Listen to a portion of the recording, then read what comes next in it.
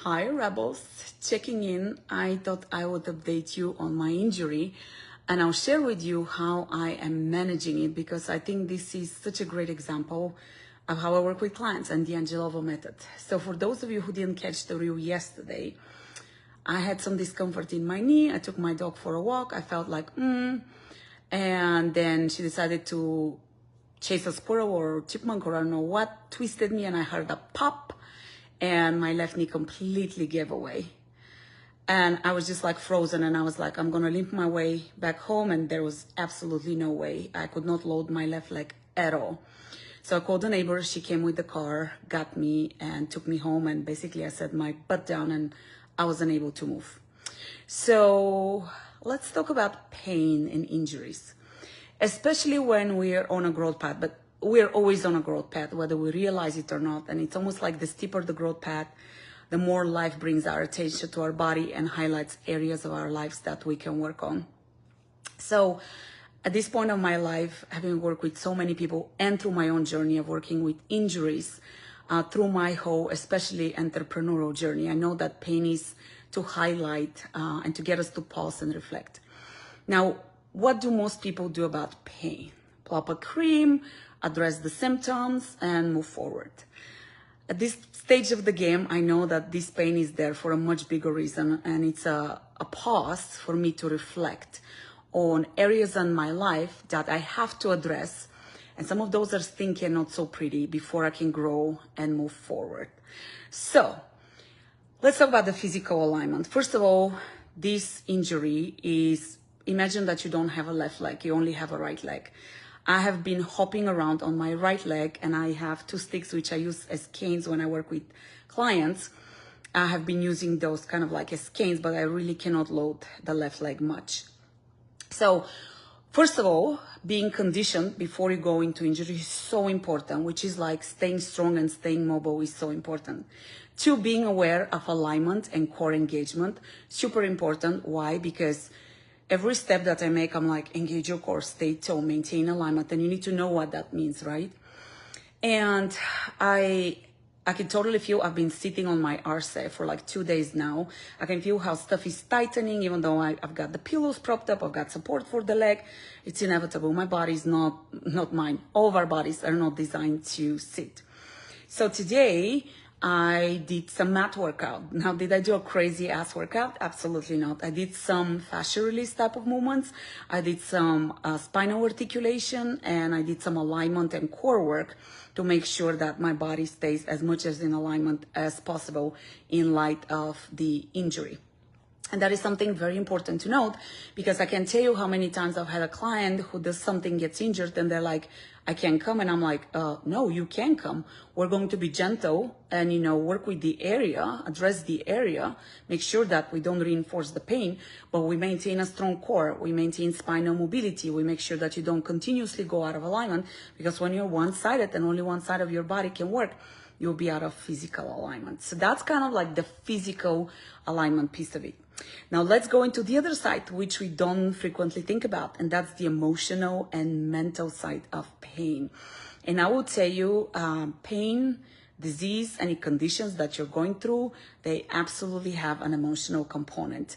And you can recognize that and address it, or you don't. So today I spent so far about 6 hours of journaling and mindset work and digging into what's the emotional implications of what is it that I need to release that my body is holding on to. Because when we are growing, we can't grow if we have subconscious beliefs which hold us back. And of course, we are not aware of those subconscious beliefs frequently. And our body's like, let me pause you and give you a chance and an opportunity to reflect on those. Now, what do we usually do? We don't pause. We just push through because we're too busy. We've got too much going on. The other thing I want to get your attention to is, if you go through a injury and you're told you need to sit down and do nothing, what would most people do? Watch TV, get on social media, kind of like escape the reality of what it is. And I'll tell you, I did that. I had ice cream yesterday and today. I thought I absolutely deserve it and it's going to make me feel better. Is it really? I'm not moving, I'm sitting, food for thought. But we are human, right? And then I just journaled, and what is coming to mind, and what's the internal, what is the internal chaos, I want to say, that I have to work through, right? And that's the emotional, and that is the mental work through the pain. And I'll tell you, you have to be ready to do that work. I have a couple of clients who are like, Maria, I want to focus on the physical. I am not ready to address the emotional and the mental. Why? Because it can get stinky and you have to work through that and you have to sit in it so that you can release it. But this is this is a beautiful example of the Angelova approach and how the physical and the mindset, the subconscious, come together to address what is happening into the body. Because again, our body is a reflection of us physically, mentally, emotionally, and spiritually. And what else have I been doing? I have been using my essential oils. I don't have it close by, it's in the bathroom. I have been using my massage gun when I feel the muscles tighten. Of course, I have significantly higher body awareness than the average, but that is something that you can totally create for yourself, so that when you stumble upon something like this, you have the tools to manage it, right? And just know, if you're going through a medical condition, through pain, please pause, reflect, and address it multidimensionally: body, mind, and spirit. I hope I'm not forgetting to say anything. I knew this was going to be a longer video, but I think it's such a great demonstration of, first of all, I walk this walk. So everything that I teach you is something that I'm doing, and everything that I have uncovered is through my own journey.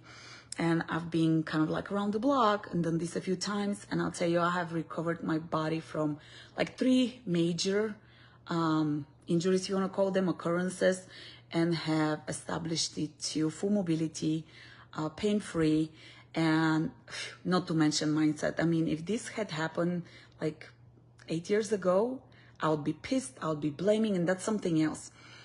Becoming a victim of what's happening in your life, okay? You have a choice how you're going to address this and rise above it. Do I love this happen? Absolutely not. But am I choosing to address the root causes of it?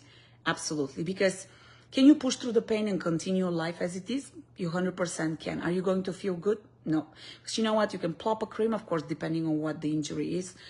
You can address the symptoms, but then likely the pain is going to come back, probably at a whole different level, and you're just going to keep through that cycle. And I'll tell you, having been in pain for a couple of days, what does it do for you? It makes you, yes, it does make me want to eat ice cream. It does make me to binge watch on social media and do nothing and escape the pain, so to say, right? It does distract me from the work that I'm doing, right? I have to constantly shift and adjust and prop my leg in a different way. And pain affects us. So you have a choice of how you address the pain. Do you address the root cause, or do you cover up the symptoms? And I'll tell you, I do see those people who do that for a while until it becomes unbearable. And the other thing I'll tell you is, if you get to that point, then it becomes a much bigger, so to say, tangled situation. And there is so much more to untangle than if you address it right when it happens. So I would love to know what kind of questions you have. I'm having an MRI tomorrow morning. This is the other important thing. When you do all of that work, does not mean ignore Western medicine, right? This is a beautiful combination of how Western and Eastern medicine works, right? And I call the work that I do. Yes, there is the physical aspect, which is a little bit more Western medicine, but there is the alignment, the physical, mental, emotional, spiritual, which is more of the Eastern, the energy work, the aromatherapy, right? The more natural ways to address things. But that doesn't mean I'm just going to rely on those. I'm also going to go to the doctor. I consulted with the doctor. I'm having an MRI tomorrow. Please send a little prayer that it is not a tear. And then, you know what, whatever it is there for a reason, and I'm just going to embrace it as that and do my best to stay elevated and positive and see where that injury takes me. But again, let me know what kind of questions you have, and more importantly, if you're facing an injury, pain, and it doesn't have to be physical pain, right? It could be the pain of feeling stuck, the pain of feeling unfulfilled, the pain of whatever. Think about those things and think what is the root cause that's there. I wish you a beautiful evening. Stay rebellious and stay healthy in body, mind, and spirit. See you next time.